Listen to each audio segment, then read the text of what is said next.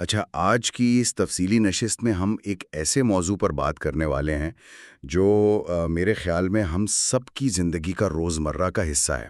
مطلب روزانہ کروڑوں انسان ایک مخصوص کلام کو دن میں درجنوں بار دہراتے ہیں۔ اور درجنوں بار، بالکل۔ اور حیرت کی بات یہ ہے کہ زیادہ تر لوگوں کو اس کی گہرائی کا اندازہ ہی نہیں ہوتا۔ بالکل اندازہ نہیں ہوتا، وہ بس الفاظ کی تلاوت کر رہے ہوتے ہیں۔ لیکن اگر ہم اس کلام کے پیچھے چھپی حقیقت کو دیکھیں نا، تو وہ دراصل انسانی سائیکالوجی، ہمارے ذہنی تناؤ اور زندگی کے مقصد کا ایک مکمل بلو پرنٹ ہے۔ جی، ایک مکمل فریم ورک ہے جسے ہم اکثر بس ایک روٹین سمجھ کر گزار دیتے ہیں۔ ایسا ہی ہے۔ تو آج کی اس نشست میں ہم اسی بلو پرنٹ کو ڈی کوڈ کرنے کی کوشش کریں گے، اور اس کے لیے ہمارا جو ماخذ ہے وہ کوئی عام کتاب نہیں ہے، بلکہ برصغیر کے بہت بڑے عالم مولانا اشرف علی تھانوی کی مایہ ناز تفسیر بیان القرآن کی پہلی جلد ہے۔ اور ہمارا فوکس قرآن مجید کی افتتاحی سورت پر ہوگا، یعنی سورہ فاتحہ پر۔ ہم محض اس کے لفظی ترجمے تک محدود نہیں رہیں گے، کیونکہ اس پر تو بہت بات ہو چکی ہے۔ جی ہاں، لفظی ترجمہ تو تقریباً سب کو ہی معلوم ہوتا ہے۔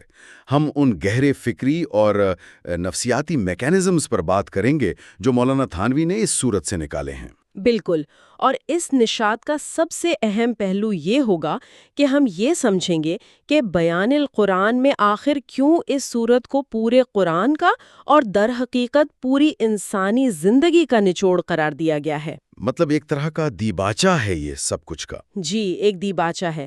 دیکھیں، ہم اکثر چیزیں پڑھ تو لیتے ہیں، لیکن ان کی تہہ میں موجود منطق تک نہیں پہنچ پاتے کہ آخر خالق نے اپنا تعارف کن مخصوص الفاظ میں کرایا ہے، اور ان الفاظ کے انتخاب کے پیچھے کیا حکمت ہے۔ اور مولانا تھانوی کا کمال یہ ہے کہ وہ کلام کے ان فلسفیانہ پہلوؤں کو سیدھا ہمارے انسانی رویوں کے ساتھ جوڑ دیتے ہیں۔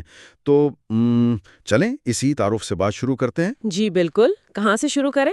لیکن جب ہم کسی بھی عظیم ترین طاقت کا تصور کرتے ہیں نا، ایک ایسی ہستی جس کے قبضے میں پوری کائنات کا نظام ہو، تو انسانی نفسیات کا فطری رد عمل کیا ہونا چاہیے؟ منطقی طور پر تو انسان کو ڈر جانا چاہیے، ایک خوف یا دہشت ہونی چاہیے۔ ہاں، ایک ایسا روب جو انسان کو مفلوج کر دے کہ بھئی اتنی بڑی طاقت ہے، لیکن جب کلام کا باقاعدہ آغاز ہوتا ہے تو وہ ایک بالکل متضاد جذبے سے ہوتا ہے، یعنی الحمدللہ رب العالمین، شکر، تعریف اور ربوبیت۔ یہی تو وہ کنٹراسٹ ہے جو سب سے پہلے انسان کی توجہ کھینچتا ہے۔ تو میرا سوال یہی ہے کہ کائنات کی سب سے طاقتور ہستی اپنا تعارف خوف کے بجائے شکر اور احابہ پرورش کرنے والی صفت سے کیوں کراتی ہے؟ اچھا، یہیں سے وہ روحانی اور نفسیاتی سفر شروع ہوتا ہے جس کی طرف بیان القرآن نے بڑی باریک بینی سے اشارہ کیا ہے۔ دیکھیں، مولانا تھانوی نے لفظ رب کی جو تشریح کی ہے نا، وہ ہمارے روایتی تصور سے بہت مختلف ہے۔ روایتی تصور سے مراد یعنی بس پیدا کرنے والا؟ بالکل، ہم عموماً رب کا ترجمہ پیدا کرنے والا یا خالق کر دیتے ہیں، لیکن عربی لغت میں خالق اور رب میں ایک بہت گہرا فرق ہے۔ خالق وہ ہے جس نے ایک بار چیز کو عدم سے وجود میں لا کر کھڑا کر دیا، ایک ون ٹائم ایکٹیویٹی کہہ لیں اسے۔ ہاں جی، ون ٹائم ایکٹیویٹی۔ لیکن جو ربوبیت ہے نا، وہ ایک مسلسل اور نہ رکنے والا ارتقائی عمل ہے۔ یعنی وہ چیز کو صرف بنا کر چھوڑ نہیں دیتا۔ بالکل نہیں چھوڑتا۔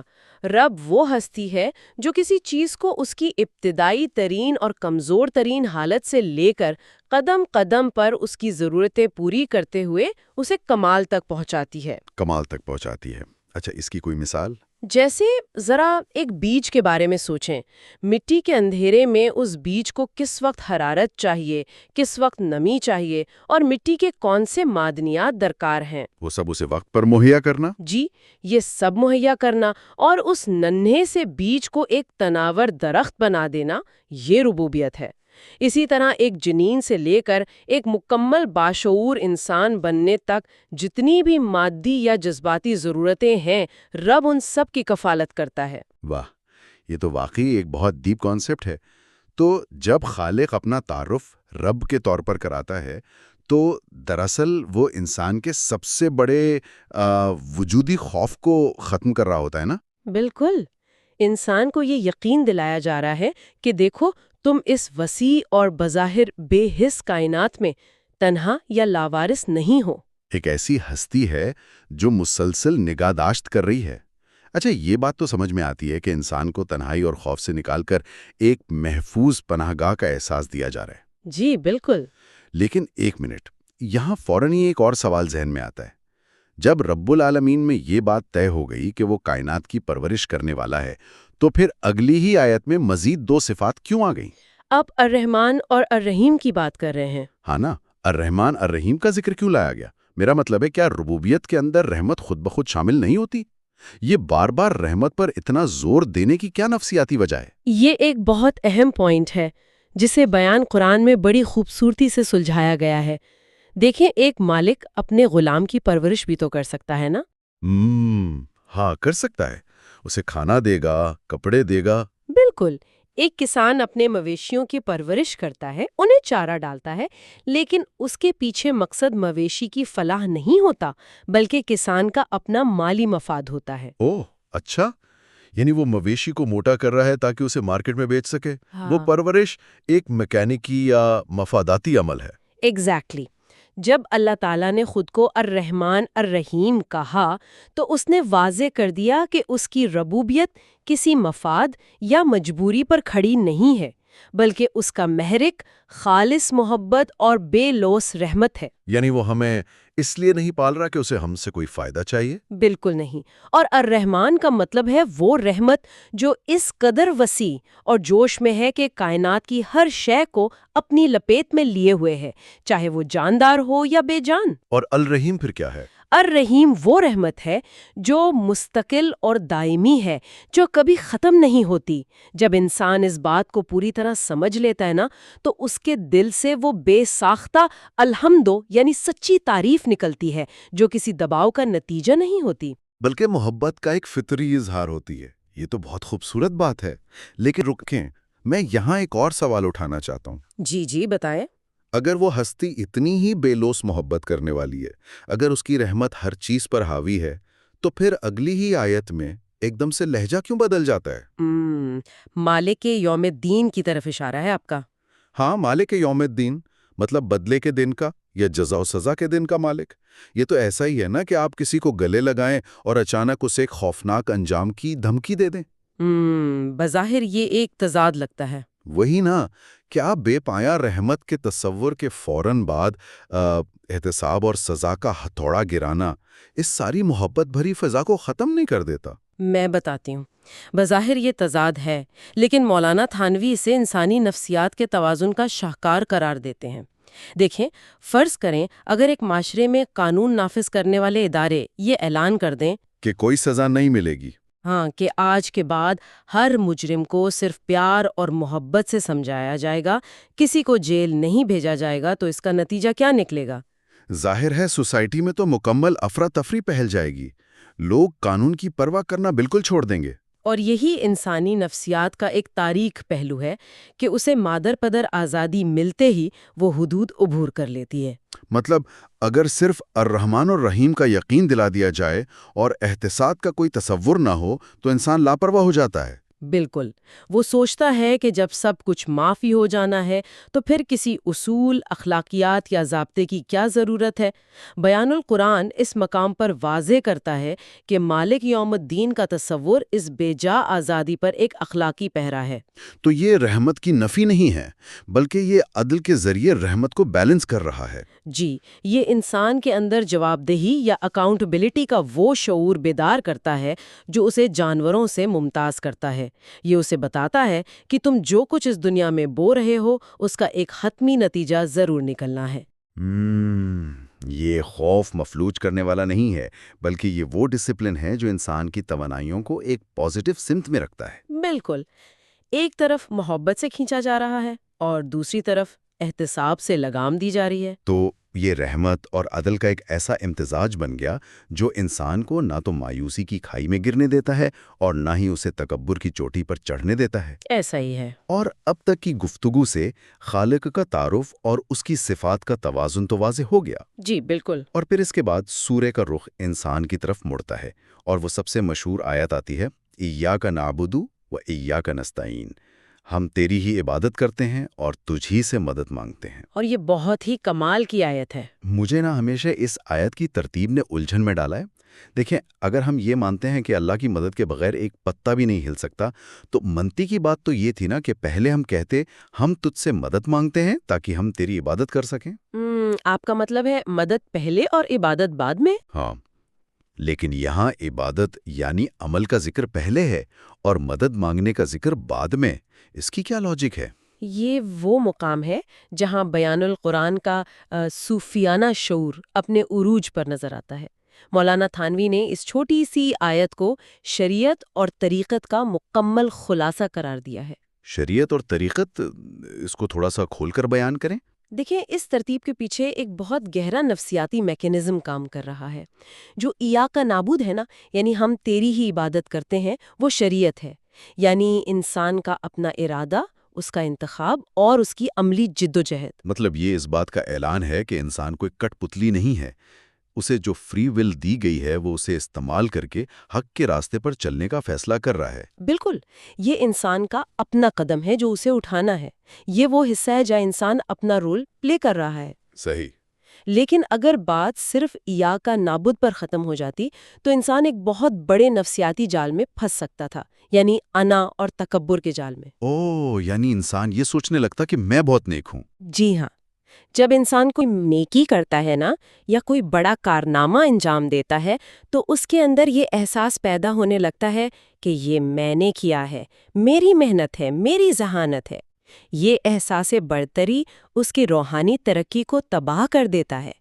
اسی لیے فوراً بات وَإِيَّاكَ نَسْتَعِينُ یعنی اور ہم تجھی سے مدد مانگتے ہیں سکھایا گیا۔ تو یہ طریقت ہے؟ بالکل، یہ طریقت ہے۔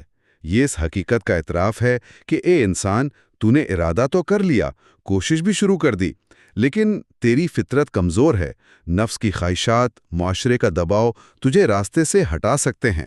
تو اس راستے پر استقامت کے لیے توفیق اور مدد صرف اسی کے طرف سے چاہیے ہوتی ہے؟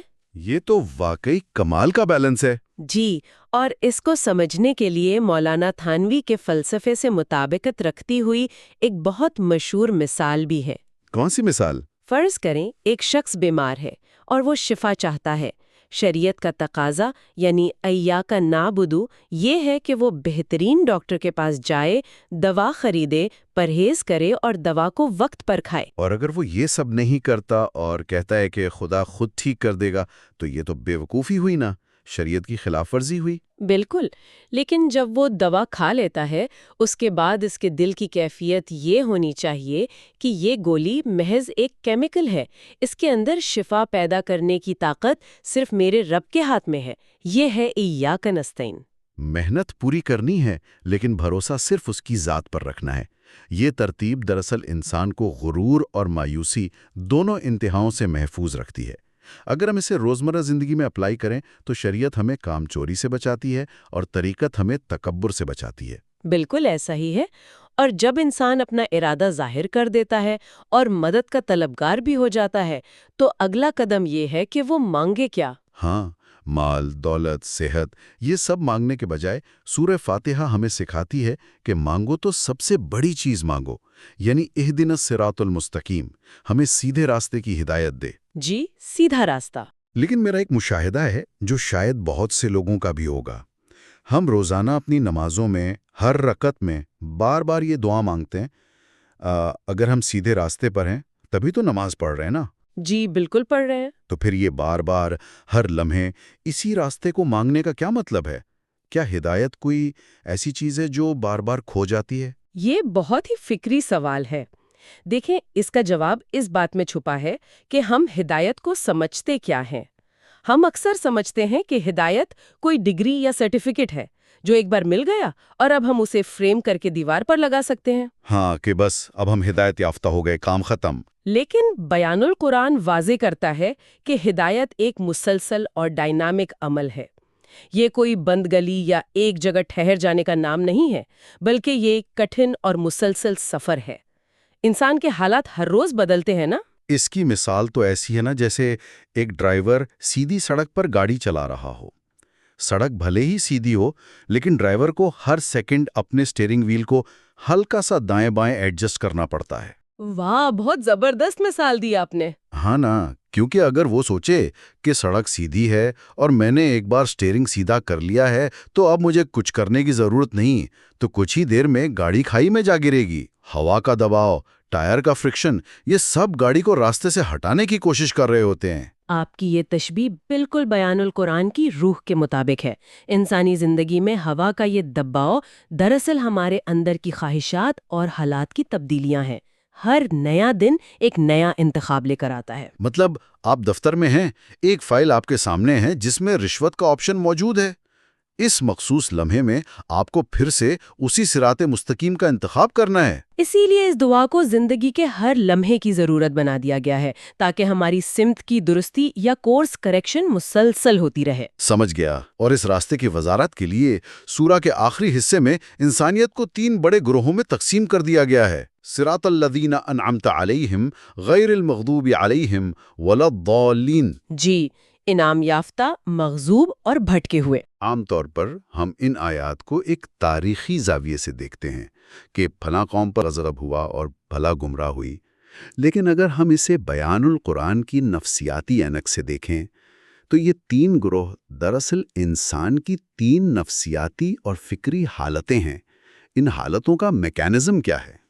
مولانا اشرف علی تھانوی نے اس پر بڑی مفصل بحث کی ہے۔ یہ تقسیم محض تاریخی نہیں ہے، بلکہ رویوں کی تقسیم ہے۔